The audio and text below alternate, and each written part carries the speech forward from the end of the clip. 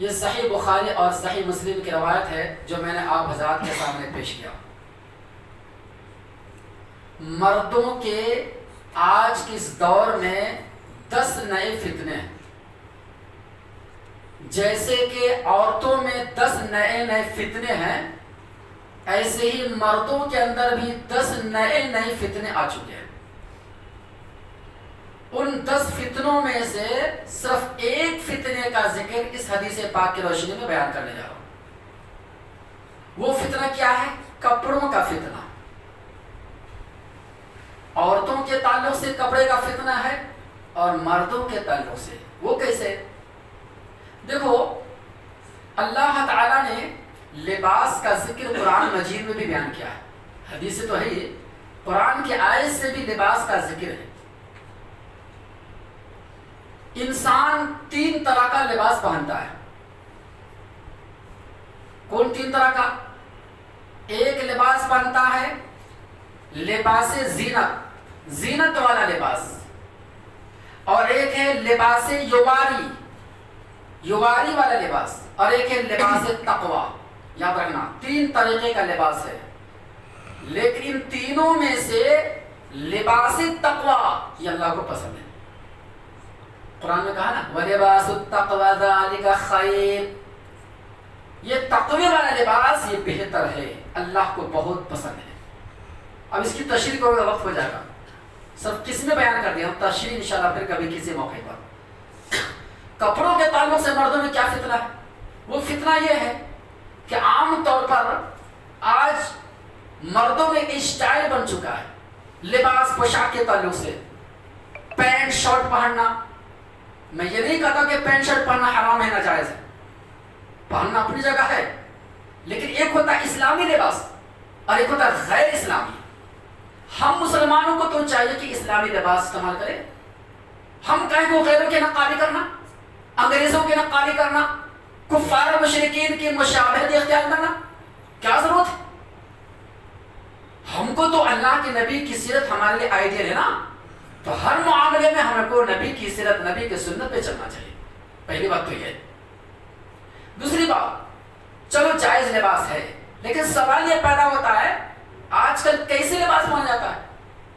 ایک تو T shirt پہنیں گے یا پینٹ شرٹ پہنیں گے تو وہ کپڑا اتنا کبھی کبھی باریک ہوتا ہے، کبھی چست ہوتا ہے، کبھی ٹائٹ ہوتا ہے، اور ایسے ایسے کپڑا ہے کہ ہم نے کتنے نوجوان کو دیکھا ہے اپنی آنکھوں سے کہ ایسے ٹائٹ والے پینٹ شرٹ یا ٹی شرٹ پہن کے نماز پڑھتے ہیں، جب بیچارے رکوع یا سجدے میں جاتے ہیں تو پیچھے کا حصہ دکھ جاتا ہے، تو نقشہ اوپر دکھ جاتا ہے۔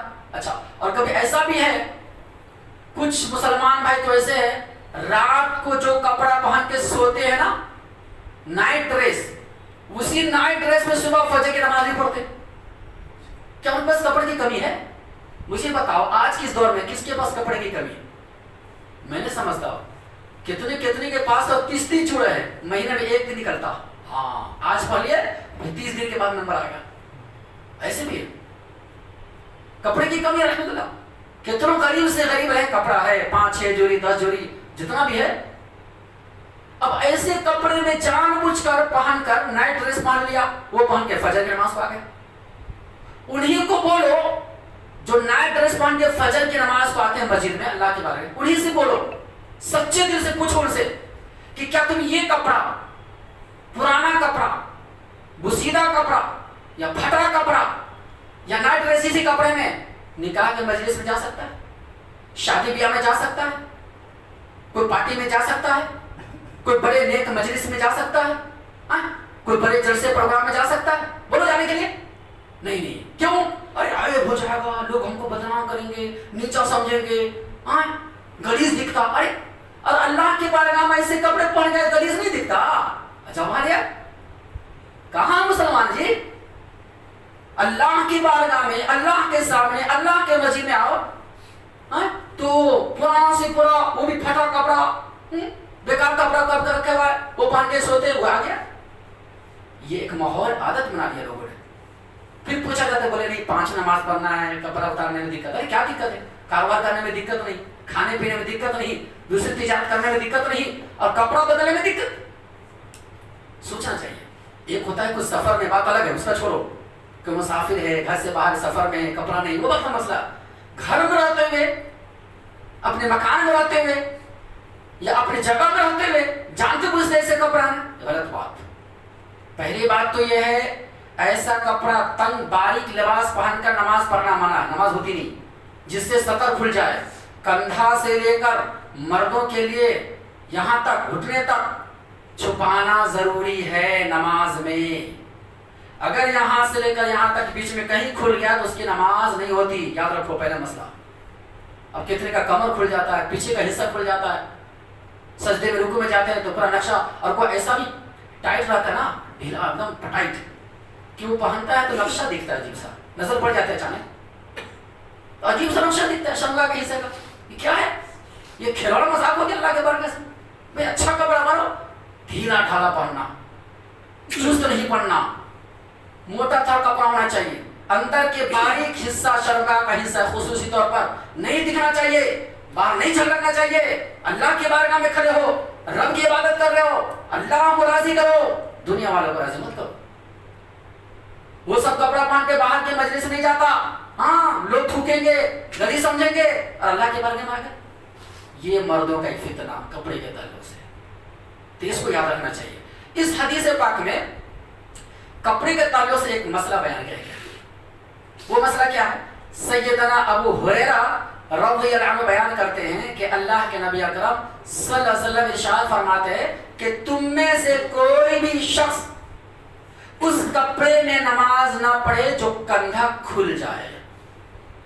इससे मालूम हुआ कि कंधे का ढकना नमाज में जरूरी है। अगर कंधा खुल गया, मोढ़ा खुल गया तो उनकी नमाज नहीं होगी। ये एक बात। दूसरी बात यह है, एक कपड़े में अगर कोई नमाज पढ़ना चाहे तो पढ़ सकता है।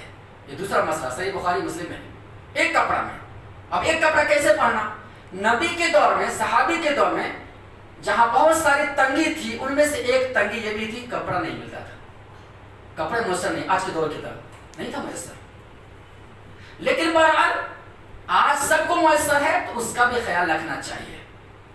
कहने का मतलब ये हुआ, अल्लाह के नबी बयान फरमाते हैं, उम्मे सलमा रज़ियल्लाहु अन्हा कहती हैं कि अल्लाह के नबी सल्लल्लाहु अलैहि वसल्लम एक कपड़े में भी नमाज पढ़ा करते थे।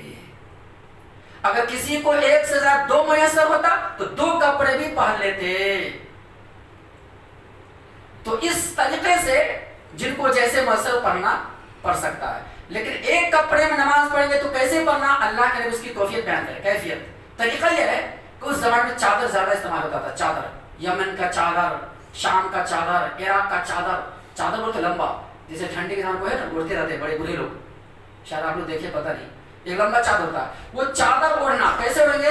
अल्लाह के लिए बोले कि इस तरीके से कि चादर का एक किनारा दाएं जानिब से लेकर बाएं कंधे पर और बाएं तरीके के जानिब का किनारा लेकर दाएं कंधे पर ओढ़ लेते थे। इस तरीके से कंधे से लेकर नीचे पूरे एक चादर में ढक जाता था बदन। वो चादर भी मोटी होती थी, दुबली पतली नहीं कि अंदर का नक्शा दिखे, ऐसा नहीं था। तो इससे साबित हुआ कि एक कपड़े में अल्लाह के नबी नमाज पढ़े। अच्छा, इसी से उसका विरोध हो गया। किसका? जो कहते हैं कि नमाज में टोपी जरूरी। देखो, अगर टोपी जरूरी होता या शर्त होता नमाज के ताल्लुक या सुन्नत होता तो एक कपड़े में अल्लाह के नबी नमाज कैसे पढ़े? अब एक कपड़े पहनेंगे, टोपी तो नहीं है ना। कोई बोलेगा नहीं चादर सर पे ढाक लेगा। अब चादर रखने का चेहरा भी बंद कर लेंगे। अब सर पे चादर रहता है, चेहरा भी बंद हो जाएगा। तो इस तरीके से एक कपड़े में अल्लाह के नबी नमाज पढ़ के ये बताए हैं उम्मत के आसानी के लिए कि अगर कोई ऐसा कपड़ा है, एक बड़ा चादर जिसमें बदन पूरा ढक जाए, तो उसमें भी नमाज हो जाएगी।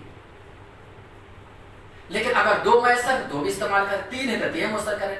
नबी के जमाने में आमतौर पर एक कपड़ा चलता था, जुब्बा, सर से कंधे से लेकर पैर तक, और कमीज, अल्लाह के नबी कमीज, ये कुर्ता है ना, ऐसा कमीज बोलते उसको, कमीज ज्यादा इस्तेमाल करते थे नबी के दौर में। और इसी तरीके से लुंगी भी चलती थी उस जमाने में, लुंगी भी इस्तेमाल होता था।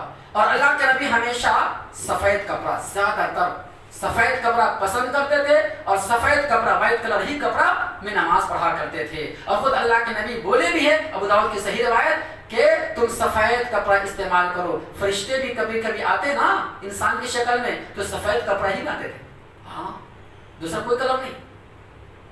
कलर के तलव इंशाल्लाह फिर कभी बयान करेंगे, वक्त रहा तो इस तरीके से अल्लाह के नबी सफेद कपड़ा पसंद करते और कहते हैं कि मुर्दे को सफेद कपड़ा में दफन दो, यानी कफन दो, से कफनाने के बाद दफन दो।